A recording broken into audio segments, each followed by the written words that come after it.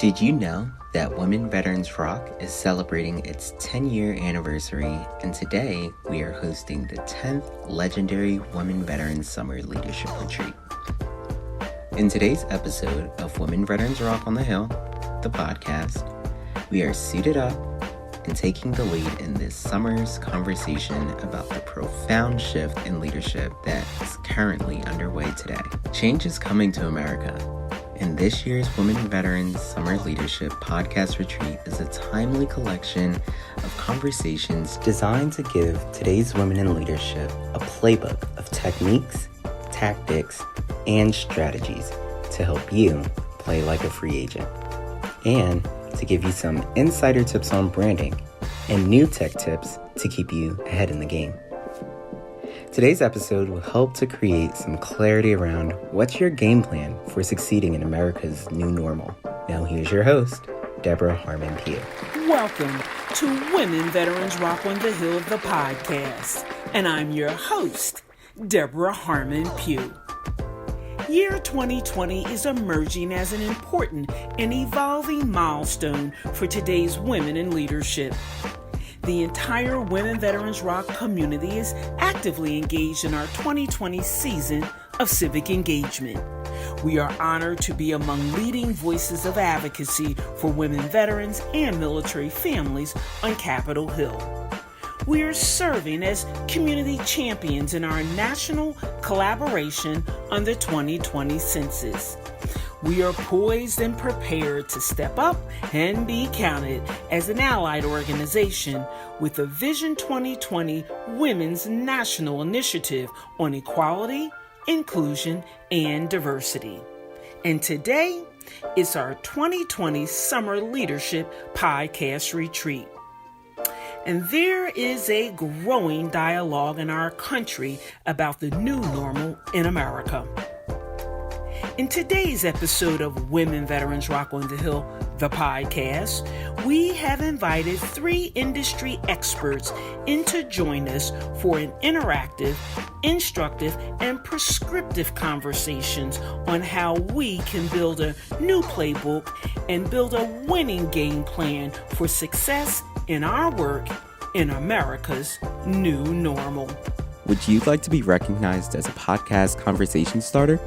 Send your suggestions and ideas for upcoming shows to us at info@womenvetsrock.org, because we're always elated to hear from our audience in the podcast community. Don't forget to stay in touch and follow us on social media. You can find us on Twitter and Instagram at WomenVetsRock and Facebook at Women Veterans Rock. This year's Women Veterans Summer Leadership Podcast Retreat is a special and timely forum for women in leadership.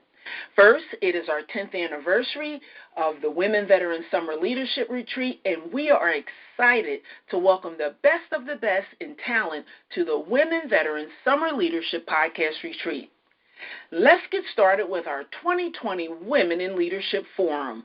This year's program is called Game Plan. Today's program is geared toward posing the questions and getting answers for what is your game plan for leading in America's new normal.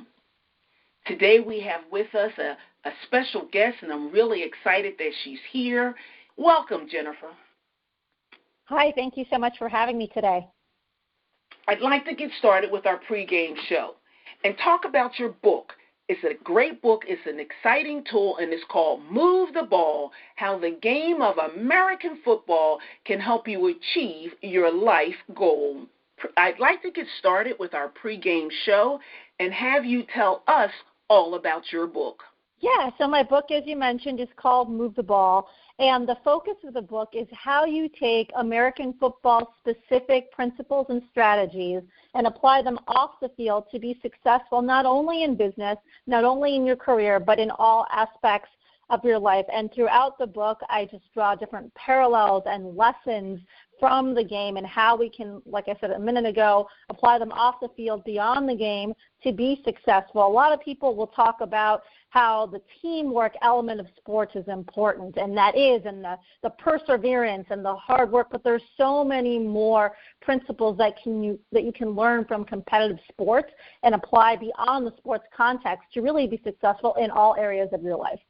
And so for me, as a football fan, I grew up following the game at a very young age and was just intrigued by all these different lessons that I've learned. And so I share those lessons in the book in the hopes that people will figure out how they can implement them in their own lives to move the ball and be successful for whatever success looks like to them. Well, I really love this analogy that you have about comparing the tactics and strategies of football to the game of life. And I'm interested in learning more about why did you write about this particular topic? Why was this topic had such a gravitational pull for you? That's a great question. So I wanted to write about this topic because I brought a different perspective. A lot of people that write on how sports apply to life or to business are people that either played professional sports, played collegiate football, or coached. And so I didn't play football growing up. I wanted to, and I talk about that in the book, but I didn't. And so for me, I was always on the sideline, so to speak, watching the game and just taking away so many lessons. And so I thought it was important to share that perspective. Also, being a woman, I bring a different perspective because NFL is a male sport, college football is a male sport. So sharing the woman's perspective and how you can still take these same principles and as a woman apply them to be successful. Well, Jennifer, it makes me smile when I hear you say that you want to bring the women's perspective to your analogy around tactics and strategy in football and how do we create an overlay for life and for leadership. And so this is our pregame show, and this year you are a leadership coach, and I'm excited about that. So let's open this year's Women in Leadership Podcast Retreat with you telling us about how football taught you about the game of life. Yeah, so there are so many parallels, like I mentioned earlier. And so aside from the teamwork is important, the hard work, the perseverance that all competitive sports teaches you is important to be able to utilize in your own life to be successful. But there's more than that. And so in the book, one of the underlying themes is I analogize you to being the quarterback, and it's really up to you to take action to, quote unquote, move the ball forward and get across your goal line. And so I think that's important because I see so many people that don't take that ownership over their lives. They expect other people to do things for them or to make it happen, and when they don't see that occurring, then they just make excuses as to why they haven't gotten somewhere. So I really want people to first and foremost remember that they're in control of their lives. They can't control what always happens. So on a football field, you can't always control what the outcome of that play ends up being, but you can always control what you do next, what play you're going to run, how you're going to continue to try to move the ball. And so that's one of the things that I think is important, is owning your game, so to speak. And then also when it comes to the teamwork aspect, you have to know who's on your team, but also who's on the other side of the ball. What obstacles are there? What people, what circumstances may be preventing you from being able to move forward? And how are you going to develop a playbook so that you can navigate down the field and continue to make the progress that you want to make? And then ultimately, like I said before, get across your goal line. And so in the book, I talk a lot about different strategies, techniques to be able to move forward, leveraging your team and having the right people on your team, but also removing people from your life that is not that's not helpful for you or that's detrimental to your progress. I think we can all think back to a time where we knew of someone that may have been a naysayer or unsupportive of our goals, and so you can't keep them on the field to play with you. You have to either push them to the sideline, and sometimes they're so toxic that you actually have to sever ties, and we see that in football and other sports. There's always player moves being made, but it's not only because of a talent standpoint, but it's also the people may not be the best cultural fit or aligned with what your goals are. And so you have to make those tough decisions. And when you look at great coaches, great leaders in business and in life, they make the tough calls and they put the right people in the right places to be able to move that ball forward. So those are just some examples. Well, thank you for helping us understand the parallel between football and being a winner. And as I listen to you describe this, and when I read your book, move the ball. I love this metaphor because this metaphor makes leadership an action sport. It shows us how important it is to be a team sport. And for women in leadership, it helps us to metaphorically work to get the ball across the goal line. And so this is very helpful. So in football and in life, women in leadership need to define their goals. They need to create a playbook for success, and they need to be able to execute their plays. How can the tactics and strategies of the game of American football help us to achieve our goals in life and our goals in leadership? Sure. Well, you talked about defining your goals. I think that is so fundamental. In a football game, it's pretty clear what the goal is, right? Put more points on the board than your opponent. But there are other goals aside from just the game and that day, Sunday objective, I'll say. There are other things that players are looking to develop. The organization has other goals that they're trying to achieve. And so in our own lives, we have to understand what are the goals that we want to set for ourselves. Because if we don't have that clarity, then you really don't know if you're making progress towards the things that matter to you. And something that I'm very passionate about with people that I talk to and that I work with is I want people to be clear on what does it mean to win for them. Because a lot of times people are just chasing a dollar, or they're just going day to day in a career that they're not feeling fulfilled, and they're just going through the motions. And life is too short for that. And so it's really, let's get clear on what are the goals, what does it mean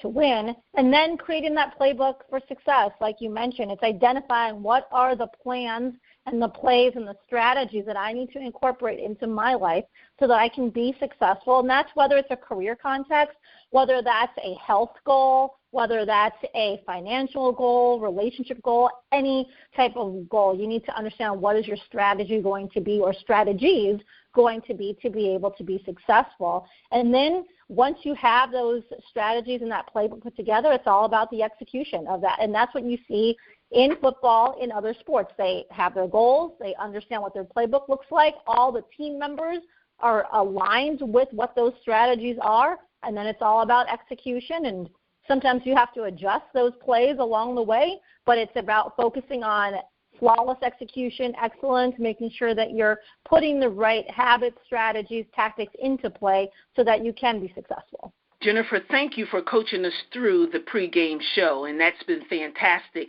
for us laying the foundation of where we'd like to go in moving the ball for today's episode and today's show on game plan.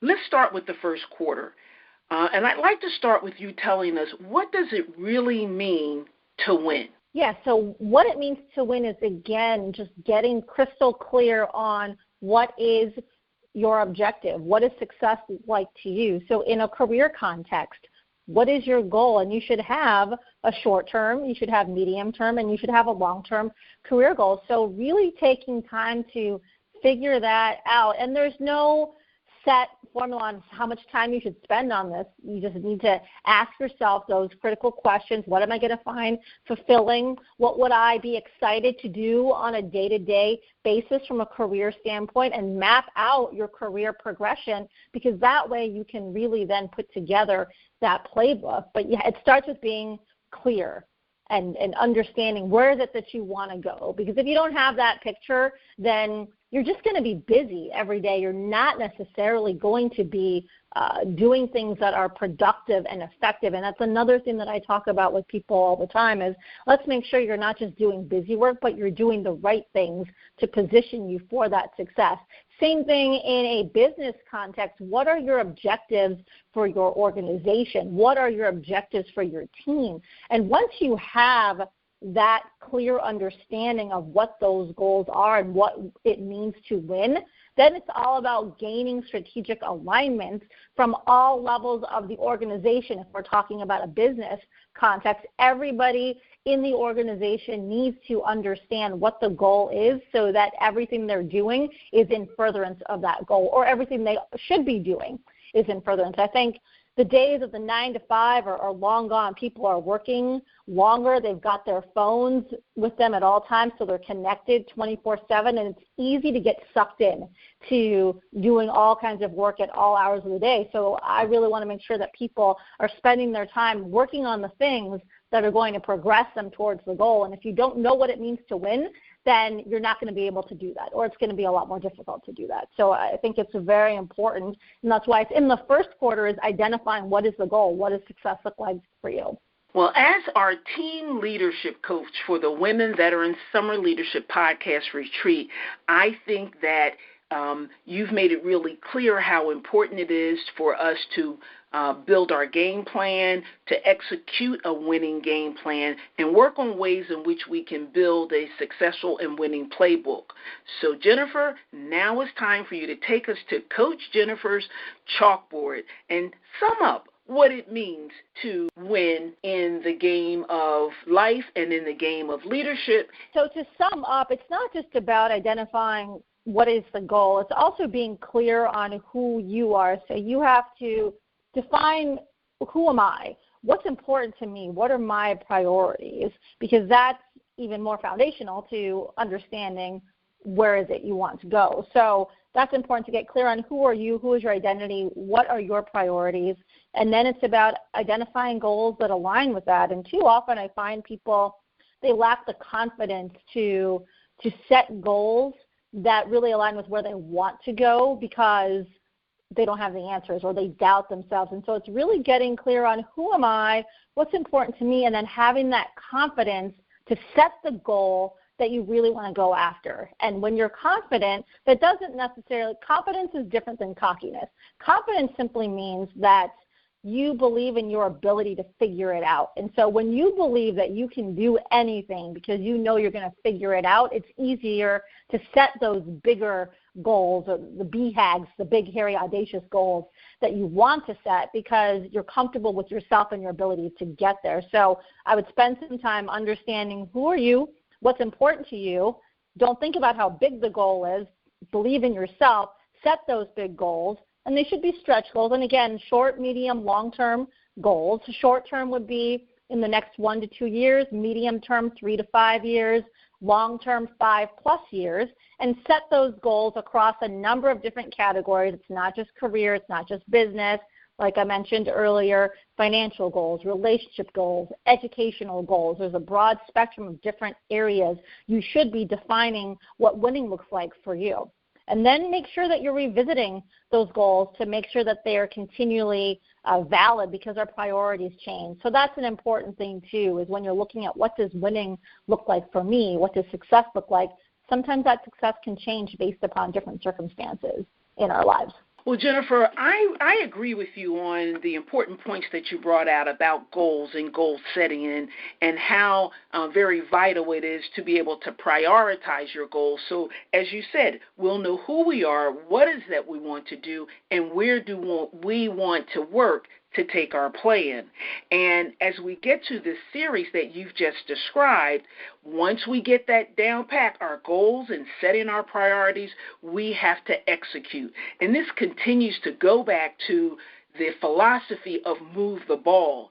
And your book and your philosophy about moving the ball continues to make this a very dynamic environment. Now, here we are in the second quarter, and it's time to learn about one of my favorite chapters in the book, and that is how to play the full 60. And when we look at how to play the full 60, there are some key elements that we should have in our playbooks to be able to execute a winning game in leadership. Help us understand what are some of the key elements that we should have in our playbook to have a winning game plan in leadership. That's a great question. So how to play the full 60, let me talk about what that means for a minute. So in the sport of American football, the regulation game clock is 60 minutes. And so that's how the chapter came to be called Play the Full 60. And what that means is that when you look at football teams or any sport where there's a clock, that clock is ticking, and teams play, or if teams want to win, they continue playing until the game clock hits 0. So I'll give you an example. We saw the Super Bowl a few years ago with the Atlanta Falcons and the New England Patriots. At halftime, the New England Patriots were trailing significantly. Right? Things turned around, and they ended up winning that Super Bowl. And it was for a number of reasons, but they played the full 60 as well. So they were committed to trying to achieve the goal until the game clock hit 0. And so in our lives, it's a little bit different because we don't have a game clock that's 60 minutes long and time's up after an hour worth of play. So what the full 60 metaphorically means is that you have to keep playing the game until you've achieved the goal, or the goal is no longer valid. I mentioned a minute ago that we have to continually reassess and see if goals are still valid to us. And if they are not, then there's no need to keep playing that game and trying to pursue it. But if that goal is still important to us, then we have to continue to persevere no matter what circumstances are on the field and what challenges and obstacles that we're facing. And so when you have that mentality that I'm going to play this full 60, I'm going to give it all I have until I've gotten across the goal line, then you're going to have that confidence, you're going to be more determined, you're going to be more committed to being able to take action on a daily or a weekly basis, no matter what happens. I mentioned earlier that we can't always control the outcomes in our lives, but we can always control how we respond. So when you have this mentality of I'm going to play the full 60, no matter what, you're determined to figure out how do I continue to move forward? Where do I need to pivot? Do I need to bring in other people on my team to continue to move forward? Where am I in relation to my goal line? That's another thing that's important, is understanding your field position. So are you on the 20-yard line and you have 80 yards to go? Or are you on the other side of the field? You're in the red zone, so you're inside 20 yards and looking to get across the goal line, because understanding where you're at on the field is important too, because that could drive the strategies and the tactics that you're going to utilize to be able to get you across the goal line. Well, Jennifer, I'm really interested in discussing more about the nuts and bolts of moving the ball. And as I hear you discuss the philosophies and the rationale behind all of this, we know that there's a new normal in America, and when we look at leadership opportunities, they are changing, and the demands for women are changing. And so there's this whole new shift, and I really view it as a very exciting space for us to be. So what I'm interested in finding out about, how do we keep our heads in the game when we're faced with obstacles? What are your thoughts about ways that you can coach us on how do we keep our heads in the game? That's a great question, because we're currently going through some interesting and unprecedented times with this pandemic and everything else. And I really think how do you keep your head in the game is by remembering that no matter what we are faced with, we can always control what we do as a result. And in times like these, it's really an opportunity to step up and lead.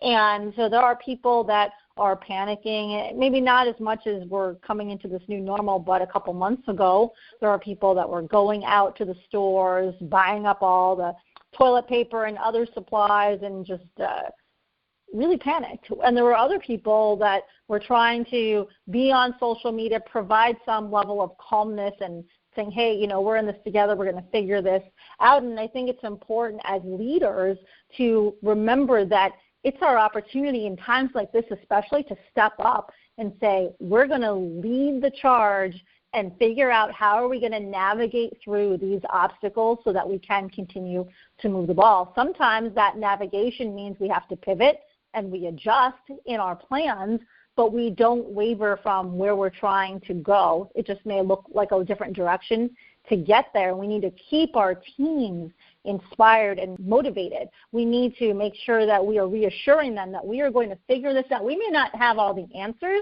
and that's okay, because there's a lot of times in life we don't have the answers, but we got to figure out, we're confident in our ability to figure it out and to bring in the right team members that are going to help us to navigate and be able to overcome these obstacles. And I'll just share a personal story with you. So I decided that I was going to leave corporate America after my dad had passed away. I did some reflection thinking about what was important to me, and I very much enjoyed working in the corporate space, but I viewed this as an opportunity to really do something bigger with my life and make more of an impact. And so I left to focus on the Move the Ball brand. I was a single parent of 5 kids when I decided to make this move. So it was a big, risky decision, but I went all in because it was something that I was just so passionate about, and that was just last year.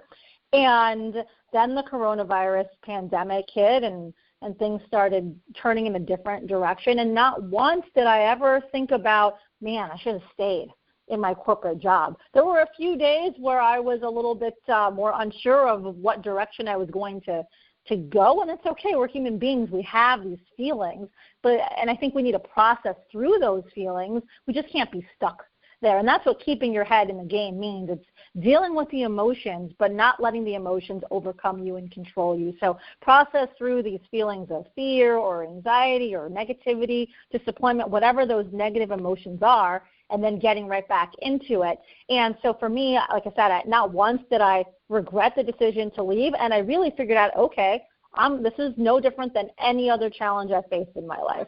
So what am I going to do to navigate through it so that on the other end of this whole pandemic, I can have a great story to say I didn't waver. I continue to keep my head in the game. I continued to press forward. I did pivot quite a bit along the way, but I was able to overcome it. Not I let fear set in and I just decided to sideline my business and go back and look for a corporate job. Not once did I regret the decision to leave. And so keeping your head in the game is remaining mentally focused, remaining locked in, remaining committed to the things that are important to you. And I'll share with you, I recently had a guest on my podcast, Anthony Trucks.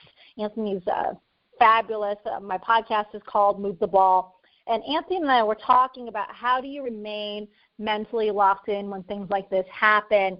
And he shared that he has this 7-second rule. So he takes 7 seconds to just digest and process what's going on, and then he gets back into it. Now, that doesn't mean you have all the answers figured out after those 7 seconds, but you take that small time to just pause, feel what you're going to feel, and then move on. And so I really like that, and I think that's something that we can all implement. Maybe it's 10 seconds, 15 seconds, whatever the time frame is, but you take a small amount of time to process through whatever it is you're going through and then figure out how do I keep moving forward.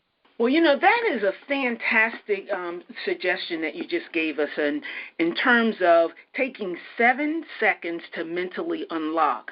And I think that is an important tool that we can use to, in the short term, to be able to overcome barriers. And what do you call it again, Jennifer? The 7-second... 7-second rule. The 7-second rule. So the 7-second rule is dedicated to how we take a few seconds out to mentally unlock so that we can be able to move in a direction to get things done. And I want to thank you for that great example that you gave us, that personal example. You made a decision early on about leaving your corporate job so that you could work to grow your brand, Moving the Ball. And making a decision to grow the Moving the Ball brand is something that was very courageous, and I want to congratulate you on that. But I also have to congratulate you on the courage to be able to see it through. And once you've made the decision to leave your corporate position, build your brand, then we're hit with something that was unpredictable and, frankly, we didn't have a lot of control over. So listening to your explanation and going through that is a fantastic way to teach us about how do we keep our heads in the game when we are faced with challenges that we don't have any control over, but we still have to work through and work around. Now it's time to coach on how we can, as you said, step up and lead the charge. And so when we look at step up and lead the charge, I think that this is probably a really good time for us to go back to the coach's chalkboard. And I'd like for you to sum up the tools that you have given us to keep our heads in the game. So I think first and foremost, I think it's important for people to remember that they are good enough in who they are. They deserve to be happy. They deserve to achieve what it is they're looking to achieve in life. No matter where you've been, you can always change where you're going, and you deserve to have everything that you want in life. And so I think when you remember that helps you to stay focused. Another thing is you need to remain connected to your why. What is your purpose? What is driving you to do what you're doing? And when you stay connected to that purpose, it's easier to stay mentally locked in and focused on what it is you're trying to do, no matter what barriers and challenges coming your way. Another thing that I want to share is I had a different guest on my podcast. So I recently, when we had the NFL draft a few months ago, I did the special Path to the Draft series on my Move the Ball podcast, where I interviewed a number of college prospects who were NFL draft prospects before the NFL draft, and they were sharing their stories and things they had learned, lessons that coaches had shared with them that have always stuck with them. And one of the kids that I had interviewed, his name was Kadarian Jones. He played at Memphis. And the lesson that he shared, or the advice that he had gotten from a coach that I really loved, was he said that coach told him to always live by faith and not by sight, meaning that whatever you're going through in the day-to-day, to keep that faith and continue on. And I think that's important as we're keeping our heads in the game in life, is that no matter what you're going through on a day-to-day basis, if you believe in where it is you're trying to go, and for those that have faith, if you stay connected to your faith, then you can really get through anything, and you can stay mentally focused if you just choose to not get caught up in the day-to-day, but look at the bigger picture and have faith that you're going to be able to achieve what it is that you're looking for. And the other thing I think is important for us when we're keeping our heads in the game is to make sure we have the right people in our lives. And when I say have the right people, it's not just about having the right team, the right playmakers, helping you, but it's also about having people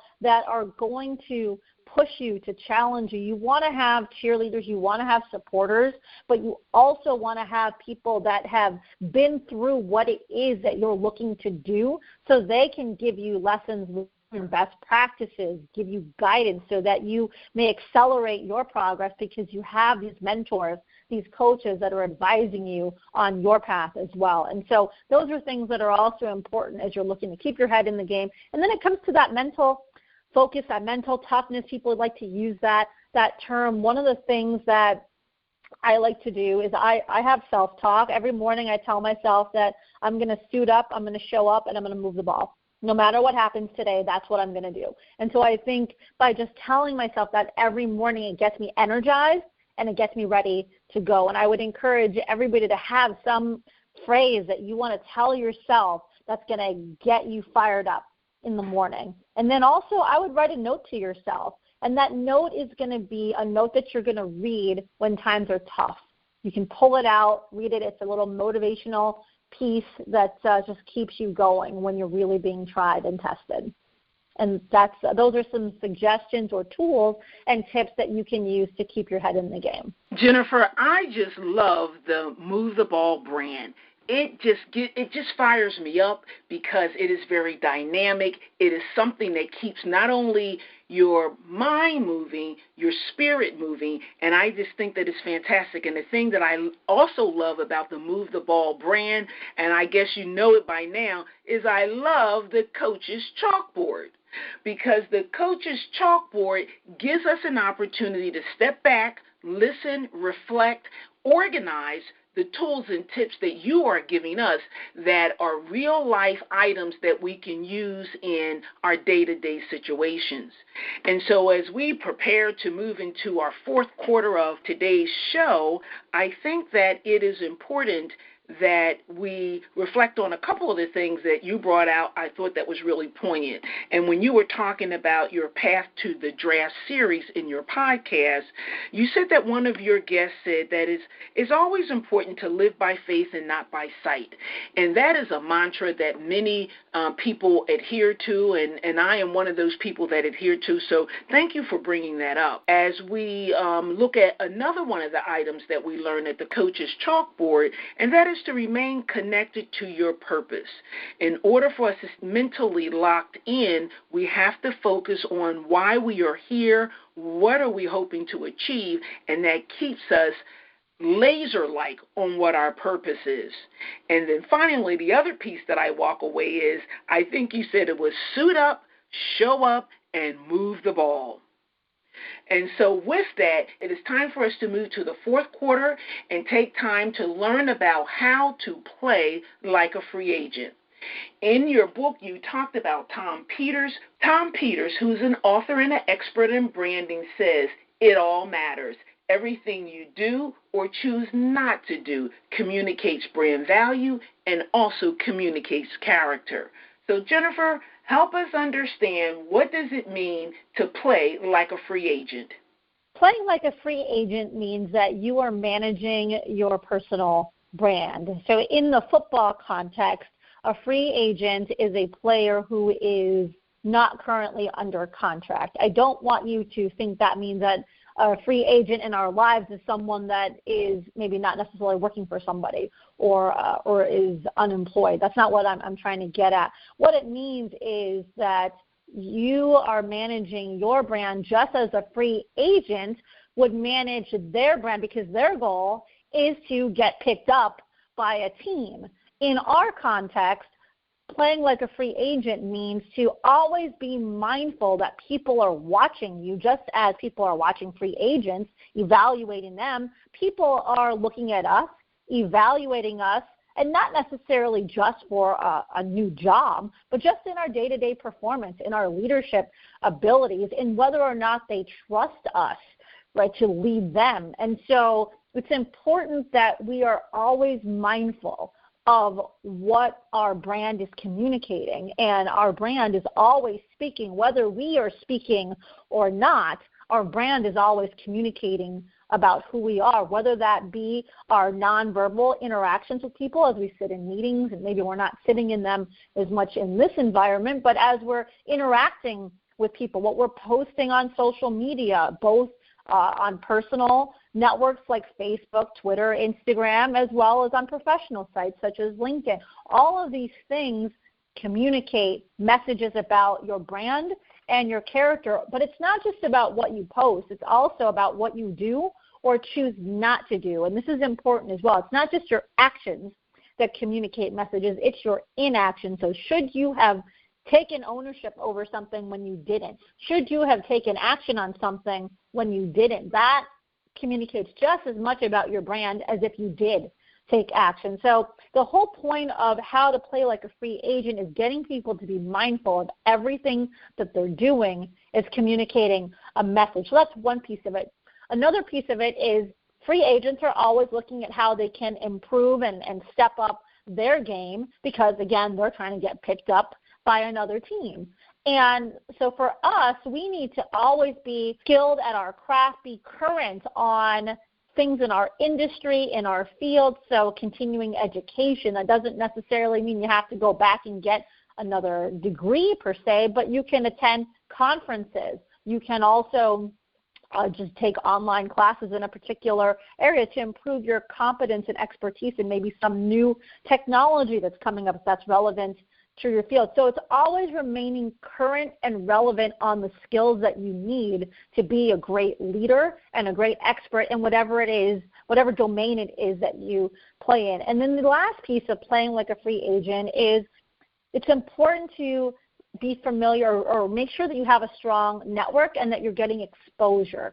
So when I used to work at GE, I talked about this model called the PI model a lot, because it was a model that GE uses often for their career advancement. And the PI model was not come up with by GE. It was developed by a gentleman, Dr. Harvey Coleman.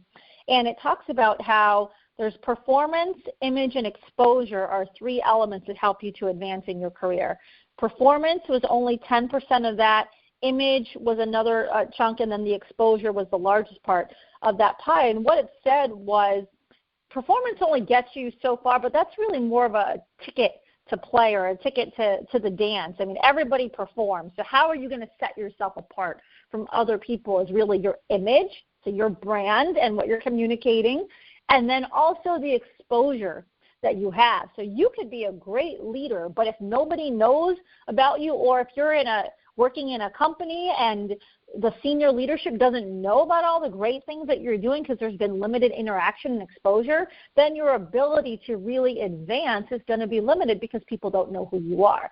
So playing like a free agent is also keeping track or being mindful of, it's not just about execution and performing. It's also about what brand messages are you sending, what does your brand look like, what does your character look like that you're putting off to people, as well as what opportunities are you having for exposure. So networking is a part of that, making sure that senior leadership is aware of the things that you're doing and you're getting that visibility so that you can have a better opportunity to continue to advance your career. Well, thank you for breaking down what does it mean to play like a free agent, because I think that it is important for us to, as you say, be mindful of how our brand represents who we are, and it represents where we are. And it also represents taking ownership of what we do and what we are not doing. There's some things that we do quite frequently that might contribute to our success as women in leadership, but there might be a fair number of things that we are not doing to help to grow our brand. So thank you for breaking down what does it mean to play and work and operate like a free agent, because I think that that's an interesting metaphor and it helps me understand a lot more of what you mean. Now, when we take some time to look at some of the plays that you've given us and some of the advice that you've given us, there must be some important plays that we should know about for us to use and for us to frankly master if we're going to showcase our personal value as well as showcase our professional value through branding. Help us to understand what might be some of the important plays that we want to embody if we want to build success professionally and personally through our brand.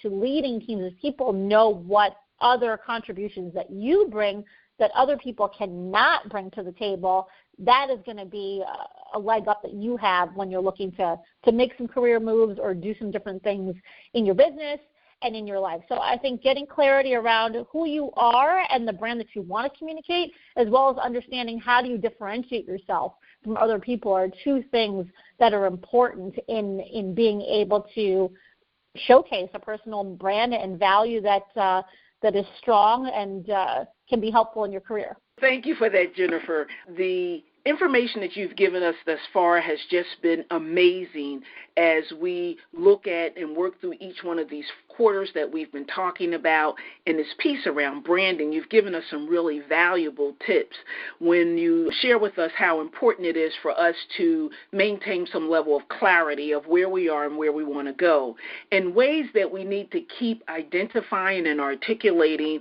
what's going to set us apart from other players on the field. When you gave us that great recipe from the PIE model, which is, I think you said it was performance and image and exposure, those are really important recipes for us to embrace, learn, and to really be able to cook up, if you will, a winning game plan. And as we begin to pull all of the pieces together of our pregame show in first quarter, second quarter, third quarter, we are now here in this fourth quarter, I'd like to have you sum up some ways that women in leadership can play like a free agent. We need to go back to the coach's chalkboard so that you can help us understand how women can play and lead like a free agent.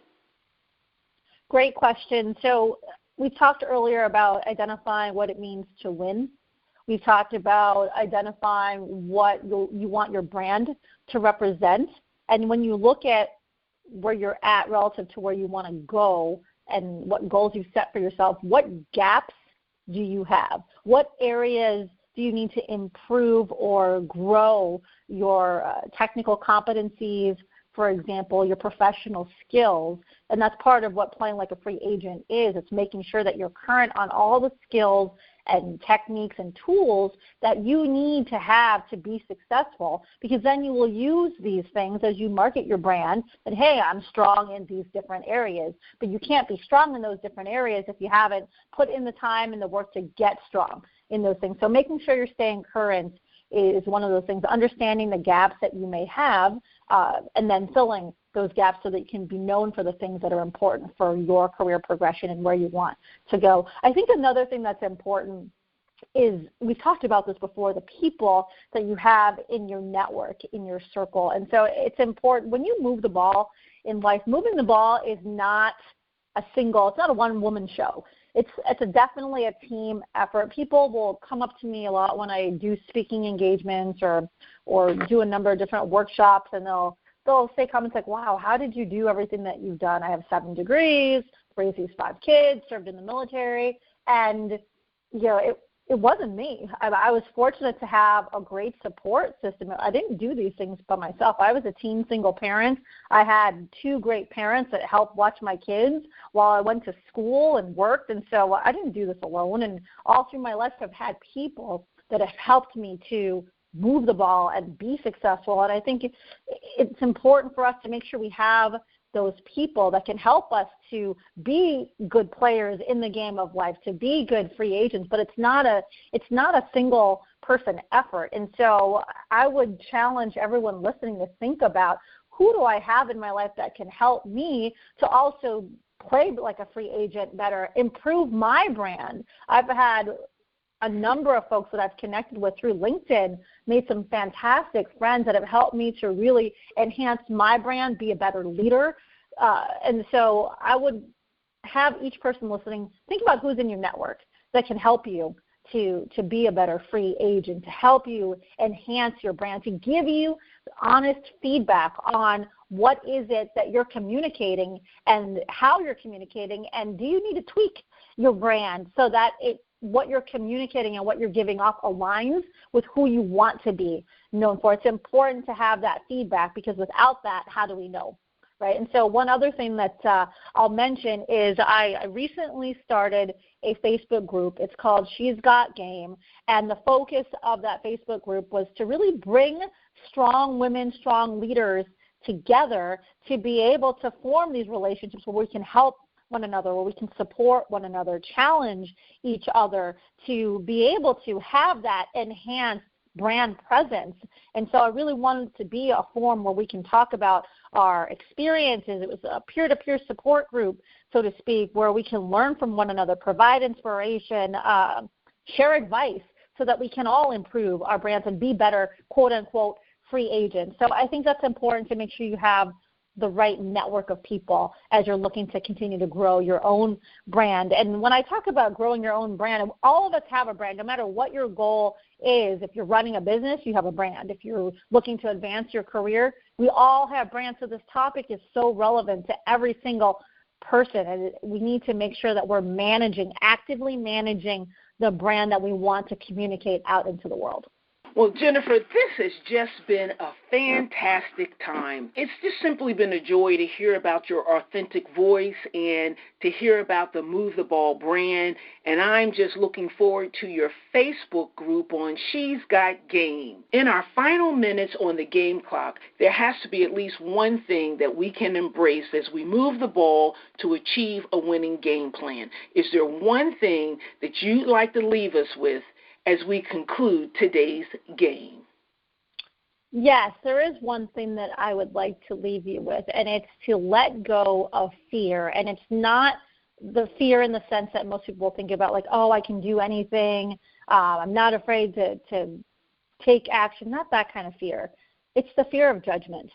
I want people to let go of the fear of being judged by other people, because too often we're afraid of what other people might say or do or think, especially if we don't achieve the goal or we don't do something that they want us to do, and we hold ourselves to the standard of someone's opinion that may not matter to us anyway, but we're just so afraid of that judgment, because there's so many people that love to share their opinion nowadays, whether it's online and there's a lot of courage behind a keyboard, or in person. And I think for me, I've really embraced this concept over the last couple of years as I was getting ready to leave my corporate job, to have the courage to be my authentic self and to be vulnerable and to not be afraid of what other people will say. Like, I used to never talk about how I was a single parent. It's not a fun topic necessarily to share when you're in a corporate space and you're trying to project power and accomplishment and success. And what I've learned over the last few years is to really embrace who I am and to own my whole story. And if there are people that choose not to be in my circle because those stories don't align with them, they're not the right people to be in my life anyway. And so for me, it's about not caring what everyone else thinks. What matters most is what you think of yourself and having the courage to pursue what's important to you. And when you let go of that fear of judgment, you just feel like there's this huge weight off your shoulders because it doesn't matter what other people think. And it gives you the courage to try new things and to do things that maybe you wouldn't have done before because you were afraid of being judged. And so I would just ask people to really take a minute and think about that. Are you not taking action on something that's important to you because you're afraid of judgment from others?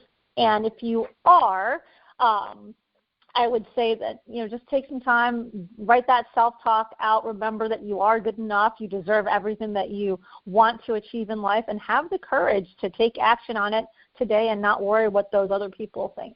I don't think that we could have put this any better. This is a fantastic way to end a great program. And in your words, let go of fear. And when we listen to and think about what you are saying to us in terms of the fear of judgment, you are suggesting that as we let go of fear, we need to embrace who we are and we need to own our own stories. And Jennifer, I just want to thank you today for coming to be a part of the Women Veteran Summer Leadership Podcast Retreat. I'm also very excited about the fact that you have agreed to come join us as a co-facilitator in the Women Veteran Civic Leadership Institute coming this fall. Don't miss out. Join our podcast community.